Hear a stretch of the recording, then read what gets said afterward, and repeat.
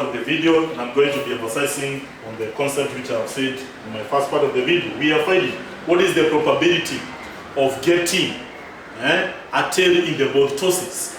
This is what I'm saying. From my tree diagram, you can see that we have the chance here, because you're saying it is you get the tail in the first toss and the tail in the second toss. So from my tree diagram here, you can be able to see this one is going to be probability of getting a tail and a tail. This one is going to be given by what? In the first toss you get a tail, that is a half. In the second toss you get a tail, multiplied by a half. This one is going to be 1/4.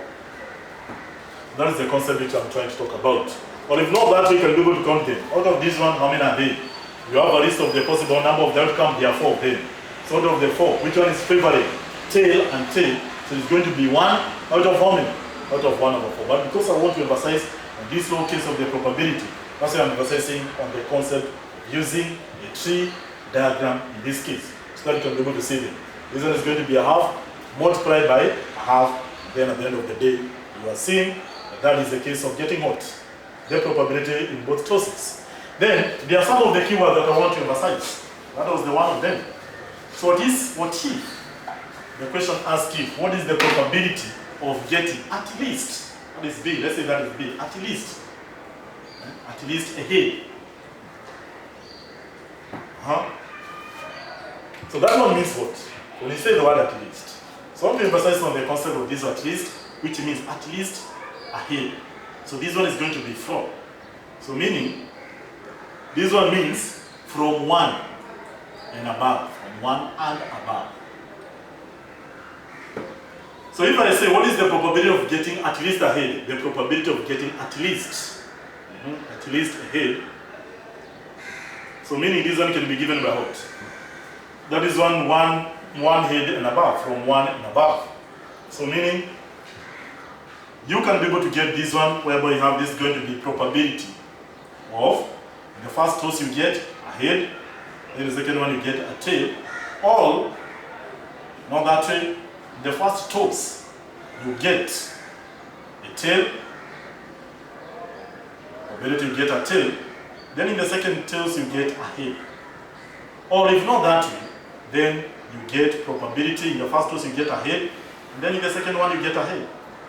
Because you're saying the word at least, it means 1 and above. That is another idea that technique is going to be used during the exam. So you must be very keen on this. In this case, you're going to see, this one is going to be given by what? This one, head and tail. We have here, head and tail is going to be a half multiplied by a half. It's going to be a half multiplied by a half. Then all, that is addition. Again, this one, tail and head. That's going to be tail and head, so it is a half multiplied by a half. It's going to be a half multiplied by a half. Then again plus, the probability of getting head and head is going to be a half multiplied by a half. So in a nutshell, you can see you're going to have this one is going to be 1/4, then plus 1/4, then again plus 1/4, which is going to give us 3/4. So this question is given. If you don't understand the meaning of the word at least, then you're going to be losing a focus on the part of it. So that is one key concept that I'm going to talk about. Then another one is one that you're saying, what is the probability of getting at most? Let's say at most 1 head, 1 tail. At most 1 tail. So when you say the one at most, this one is the ceiling, so it is meaning 1 and below. So this one is going to be 1 and below.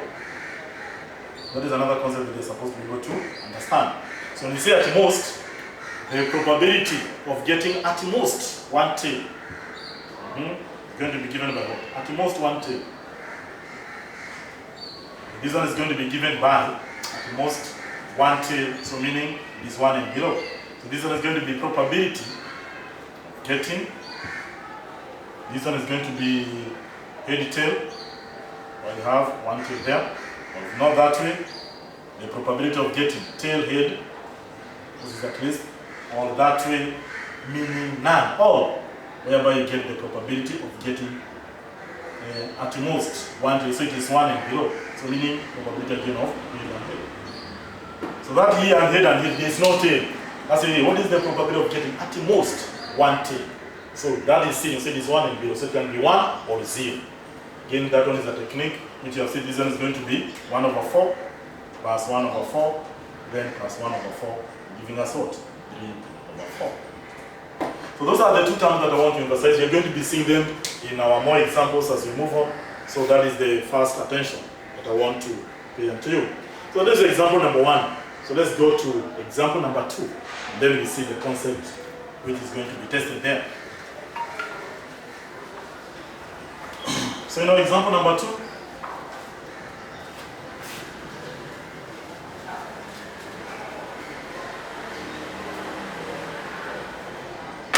so in example number 2, we are told that a boy draws a fair coin and a regular tetrahedron with its 4 faces marked number 1, 2, 3, and 4. Then we're asking you, find the probability that he gets a 3 on a tetrahedron and a head on the coin. So that's what I'm saying, that the moment you see, we are having more than one event in this case. So again, for you to come up with the list of the possible number of outcomes is the concept that is making me to emphasize the concept of the tree diagram. Because remember, here you have a coin and you have a die, but this time it's not having the 6 side, because you have been told is a tetrahedron. So tetra means 4. So in order for you to come up with the probability you can have, the two events are very dependent. The result of a coin does not have any relationship with the result of a die. So meaning that the two events are independent.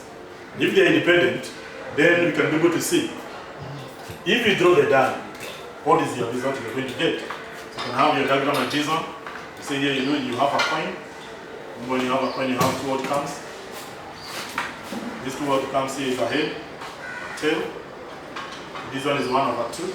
Then this one is 1 over 2. Then you have that one for the die. You can have the 4. That. You can get 1. You can get 2. You can get a 3. You can get a 4. So this one is going to be 1 out of 4. This is 1 out of 4. 1 out of 4. And also 1 out of 4. Then again in the other one you can have this one. Speed case again. You can have 1, 2, 3, and 4. So that your least possible outcome can be, the chance can be either you get a head and a 1, or you get a head and a 2, or you get a head and 3, you get a head and 4, or you get a tail and a 1, then you get a tail and a 2, or a tail and a 3, then again a tail and 4. So this one is 1 over 4 again. This is also 1 over 4. Then this one is also 1 over 4. This is 1 over 4. So in total you're having how many? You're having 8 possible number of the outcome. That's why I'm insisting that the tree diagram will be assisting you to come up with the list of all possible outcomes that you're going to be having. So in this case the examiner is telling us, write the probability. Number 1. Number 1, you're told to find the probability of getting a 3 on a tetrahedron and a head on the coin. So the probability of getting a 3 and a what? 3 and a head on a coin. So meaning that, which is that term, whereby you get a 3 and a head. So you can see this one. You get a head and 3. So because the two of them are going to be independent, then you multiply the probability. So the probability of getting a head is what? It's 1 over 2. It's going to be the probability of getting a 3 multiplied by the probability of getting a head. So what is the probability of getting a 3 and a head? This one is going to be, for you to get a 3 is 1 over 4. And for you to get a head is 1 over 2.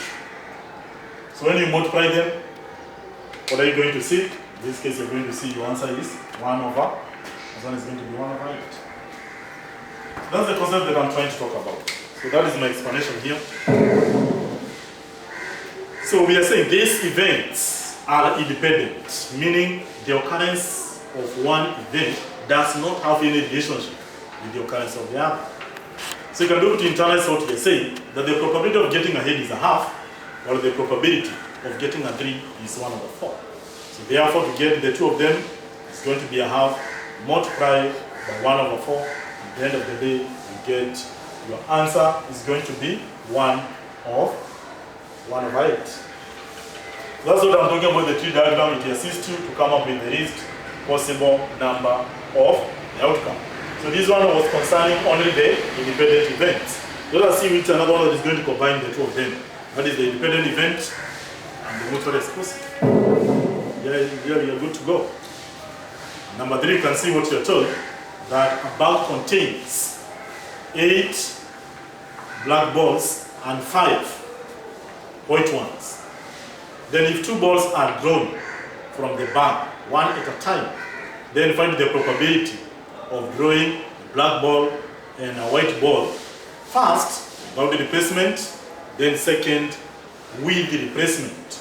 Remember, without the replacement is where you remove it, then you bring it back.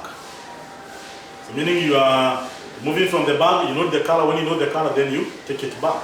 So it is not affecting the total. But with the replacement, without the replacement is where you take the color, you don't take it into the bag. But then in part B, we are saying with replacement, is whereby you note the color, then you take it back. And if you're not told, then probability is usually without replacement. So if the examiner does not specify when you're supposed to take it without replacement. So that content, I'm going to emphasize it on my next lesson. So for the time being, you have your exercise 8.3 on page 169. You can attempt question 1 and then question 2. Then we meet on the Google Classroom for that assignment. Now you keep safe at home. Otherwise, do have a good day and have a nice moment. With those few remarks, I am out.